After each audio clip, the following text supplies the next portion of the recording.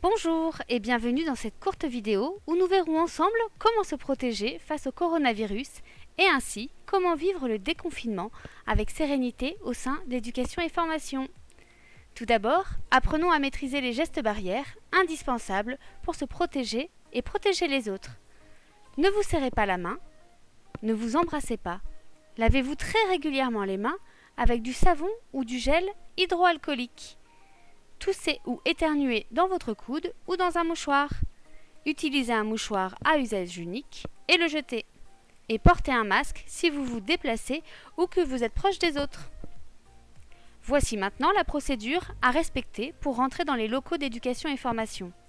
Pensez à prendre votre température avant de partir de chez vous.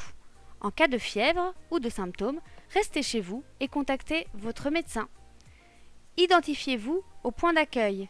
Une vérification de votre port de masque sera faite. Nettoyez-vous les mains avec le gel hydroalcoolique mis à votre disposition. Suivez le sens de circulation indiqué par les flèches et respectez les distances de sécurité. Voyons maintenant comment utiliser correctement son masque. Pour le mettre, lavez-vous les mains, prenez le masque par les fils ou les élastiques, accrochez-le, placez une boucle autour de chaque oreille ou nouez le fil derrière la tête. Couvrez bien votre menton et votre nez. La partie rigide, si le masque en dispose, doit prendre la forme de votre nez. Le masque est en place, évitez de toucher le devant jusqu'à son retrait. Pour le retirer, même procédure. Lavez-vous les mains, retirez le masque par les fils ou les élastiques, ne touchez pas la partie de devant. Étape 4, placez le masque à laver dans un plastique propre et suivre les recommandations de lavage. Si c'est un masque jetable, placez-le dans un sac plastique et mettez-le à la poubelle. Étape 5, lavez-vous les mains ainsi que l'extérieur du sac plastique. Vous allez devoir vous familiariser avec de nouveaux marquages au sol et sur les murs. Ils vous permettront de circuler sans danger dans les locaux. Voyons maintenant leur signification. Entrée d'une pièce ou d'un espace, sens de circulation entrée, sens de circulation sortie, sortie d'une pièce ou d'un espace.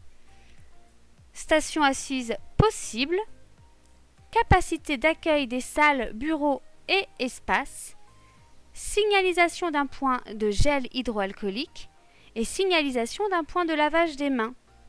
Enfin, gardez votre espace de travail toujours propre. Des produits désinfectants, lingettes et gel hydroalcoolique sont à votre disposition. Nettoyez votre surface de travail avant de partir. Bureau, clavier, souris et chaises. Pensez à aérer les salles de cours, laissez les portes et fenêtres ouvertes.